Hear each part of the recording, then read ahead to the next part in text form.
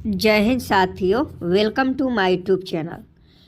और आज का पहला क्वेश्चन देख लीजिए कि दूरबीन का आविष्कार किसने किया था। फटाफट सही जवाब बताएंगे कि दूरबीन का आविष्कार किसने किया था। एक का सभी लोग कमेंट बॉक्स में सही सही जवाब दें कि दूरबीन का आविष्कार किसने किया था। देखिए, अगर आप ऑप्शन ए गैलीलियो बता रहे हैं तो आपका बिल्कुल राइट आंसर है। दूरबीन का आविष्कार किसने किया था, तो गैलीलियो नामक वैज्ञानिक ने किया था। तो एक का ऑप्शन है बिल्कुल राइट आंसर हो जाएगा। नेक्स्ट प्रश्न 2 नंबर देख लीजिए कि अंतर्राष्ट्रीय न्यायालय के न्यायाधीशों का कार्यकाल कितने वर्षों का होता है। फटाफट बताइएगा कि अंतर्राष्ट्रीय न्यायालय के न्यायाधीशों का कार्यकाल कितने वर्षों का होता है।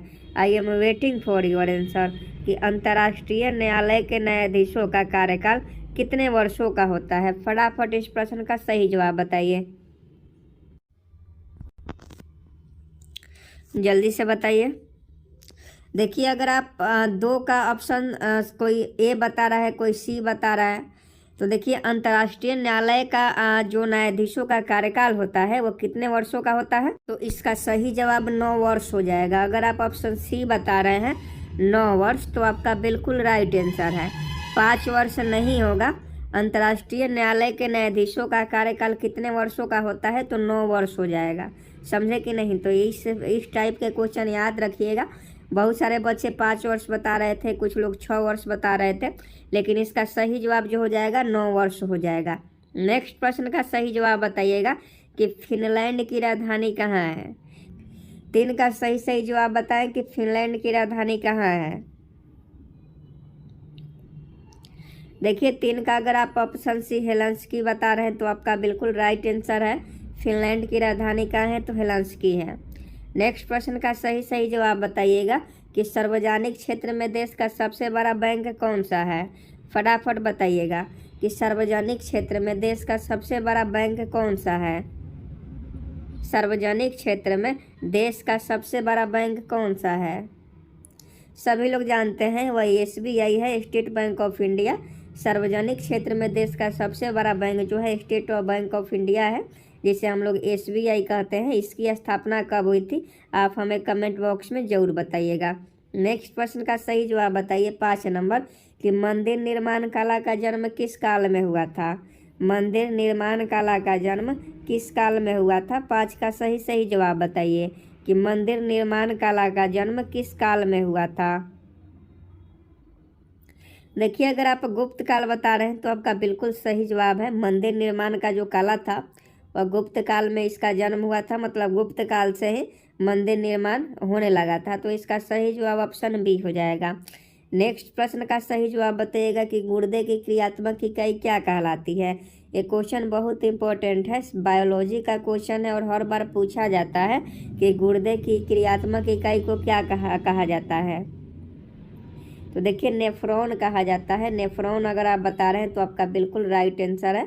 गुर्दे की क्रियात्मक इकाई को नेफ्रॉन कहा जाता है।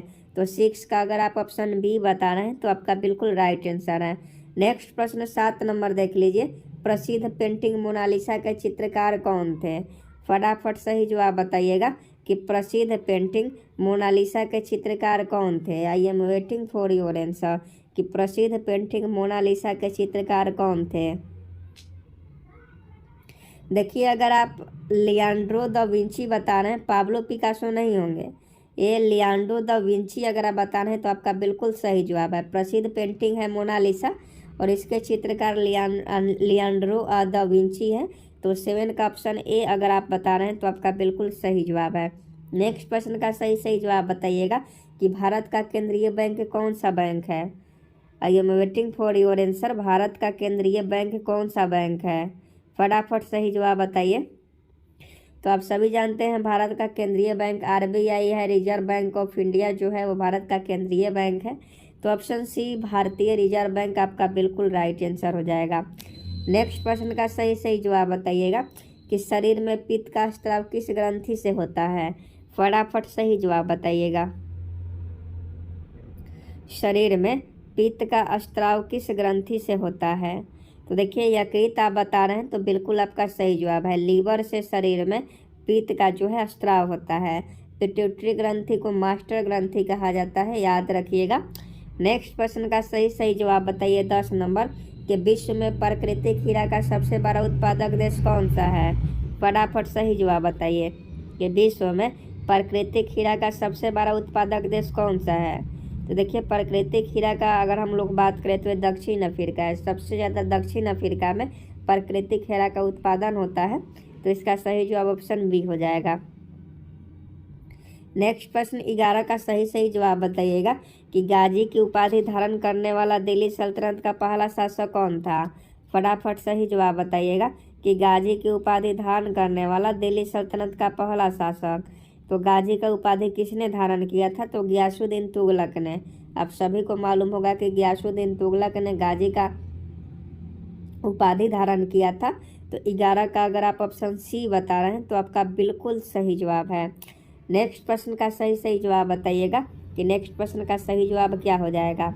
राष्ट्रीय विज्ञान दिवस कब मनाया जाता है, साइंस डे कब मनाया जाता है। फटाफट बताइए राष्ट्रीय विज्ञान दिवस कब मनाया जाता है, कि राष्ट्रीय विज्ञान दिवस कब मनाया जाता है।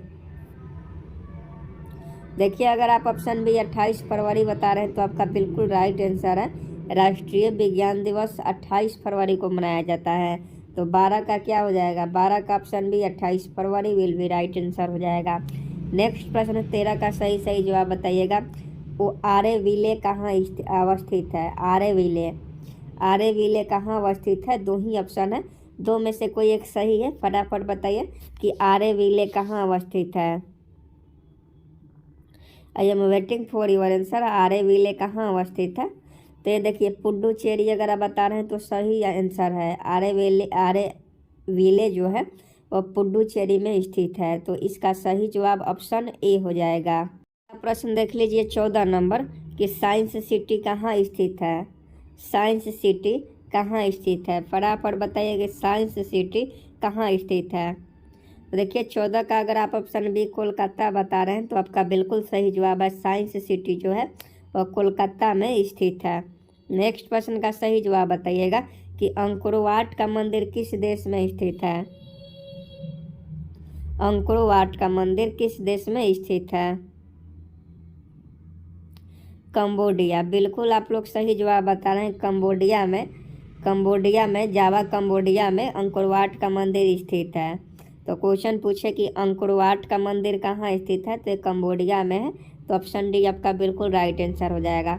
नेक्स्ट प्रश्न 16 नंबर देख लीजिए। मॉरिशस की राजधानी कहाँ है। 16 का सही सही जवाब बताइए।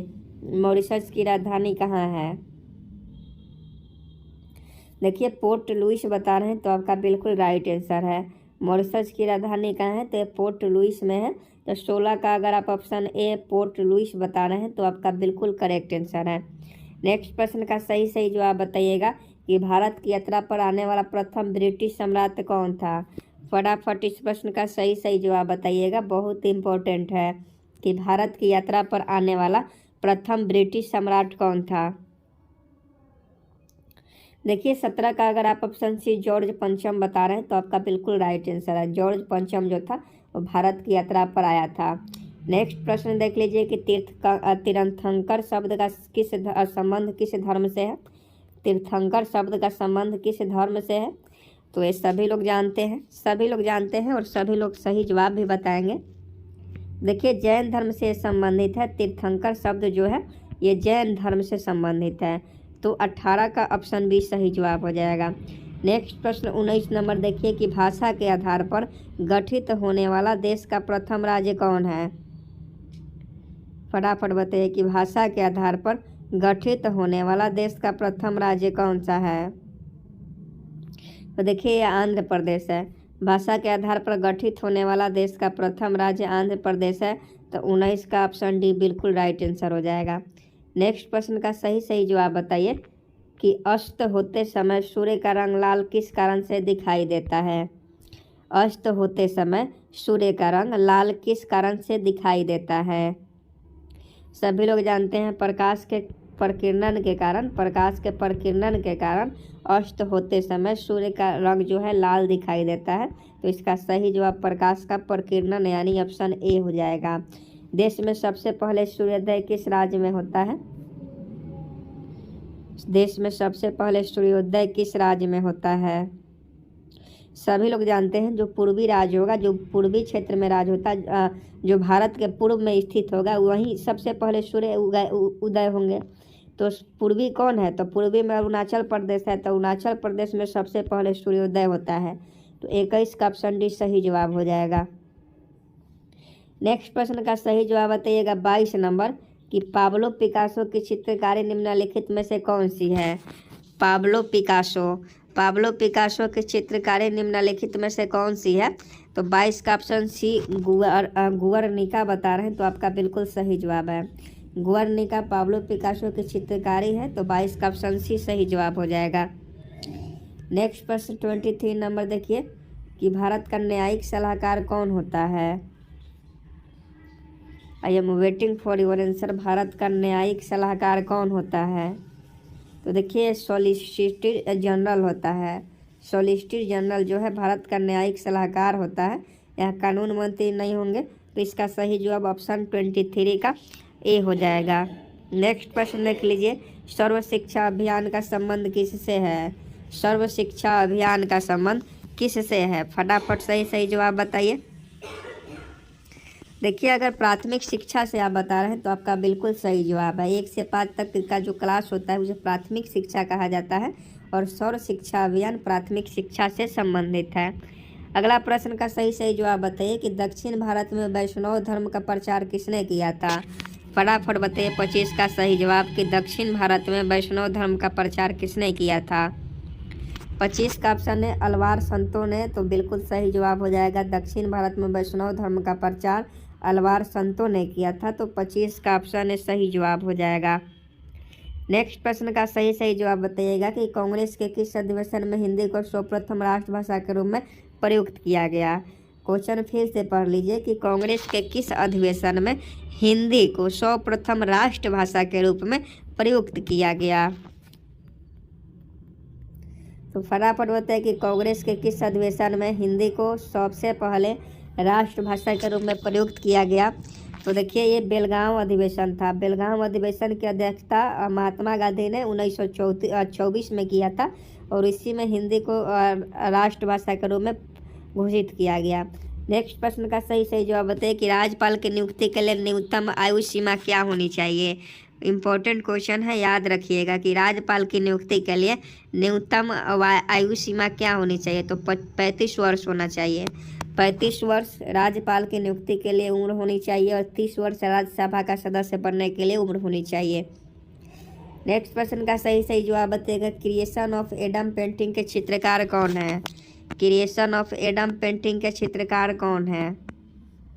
तो इसका सही जवाब माइकल एंजेलो हो जाएंगे। क्रिएशन ऑफ एडम पेंटिंग के चित्रकार माइकल एंजेलो है। नेक्स्ट प्रश्न का सही जवाब बताइएगा कि भारत में पहला डाक टिकट किस वर्ष जारी किया गया? भारत में पहला डाक टिकट किस वर्ष जारी किया गया?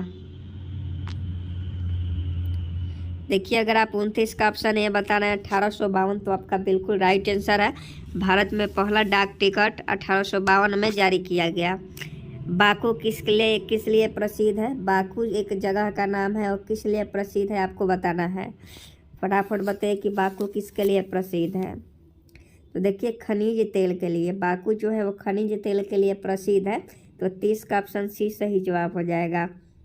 आगे देखिए कि टी पद का संबंध किस खेल से है? टी पद जो है इसका संबंध किस खेल से है आपको बताना है। 31 का सही जवाब।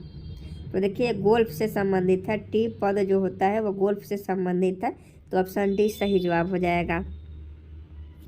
क्षेत्रफल की दृष्टि से विश्व का सबसे छोटा देश कौन सा है? फटाफट बताइए कि क्षेत्रफल की दृष्टि से विश्व का सबसे छोटा देश कौन सा है? तो देखिए ये आपका वेटिकन सिटी है। वेटिकन सिटी क्षेत्रफल की दृष्टि से विश्व का सबसे छोटा देश है। राजस्थान नहर किस नदी से निकलती है? तो राजस्थान नहर जो है, राजस्थान नहर ये आपका सतलज नदी से निकलती है। सतलज नदी से राजस्थान नहर निकलती है। भारत में पहला डाक टिकट कहाँ से जारी किया गया था? आई am waiting for your answer. फटाफट सही जवाब बताएंगे कि भारत में पहला डाक टिकट कहाँ से जारी किया गया था। देखिए अगर आप कराची से बता रहे हैं तो आपका बिल्कुल राइट आंसर है। भारत में पहला डाक टिकट कराची से जारी किया गया था। नेक्स्ट प्रश्न का सही जवाब बताइएगा कि प्रसिद्ध कार्टूनिस्ट आर.के. लक्ष्मण का संबंध किस समाचार पत्र से है।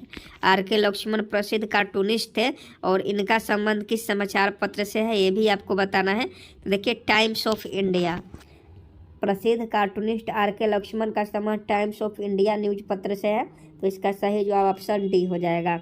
नेक्स्ट प्रश्न का सही जवाब बताइएगा कि रघुपति राघव राजा राम के संगीतकार के रूप में किसे जाना जाता है। रघुपति राघव राजा राम के संगीतकार के रूप में किसे जाना जाता है। देखिए, 36 का अगर आप ऑप्शन है दिगंबर विष्णु पलुस्कर को बता रहे हैं तो ये आपका ऑप्शन है सही जवाब है। आगे देख लीजिए, ब्यूनस मैडोना पेंटिंग किसने बनाई। फटाफट सही जवाब बताएंगे कि ब्यूनस मैडोना पेंटिंग किसने बनाई। देखिए, इसे लियोनार्डो दा विंची ने बनाया। मोनालिसा पेंटिंग भी इसी ने बनाया। तो इसका सही जवाब ऑप्शन सी हो जाएगा। अगला प्रश्न का सही जवाब देख लीजिए कि किस संविधान संशोधन के माध्यम से पंचायती राज व्यवस्था की स्थापना की गई। किस संविधान संशोधन के माध्यम से पंचायती राज व्यवस्था की स्थापना की गई। तो ये कौन सा संविधान संशोधन था। तो 73वां संविधान संशोधन। 73वां संविधान संशोधन के तहत पंचायती राज व्यवस्था की स्थापना की गई। तो 38 का ऑप्शन डी सही जवाब हो जाएगा, 73वां संविधान संशोधन। आज के लिए बस इतना ही। उम्मीद करता हूँ कि आपको वीडियो को पहले ही लाइक कर दिए होंगे। हमारा यह छोटा सा प्रयास आपको कैसा लगा कमेंट बॉक्स में ज़रूर बताइएगा। जय हिंद, जय भारत।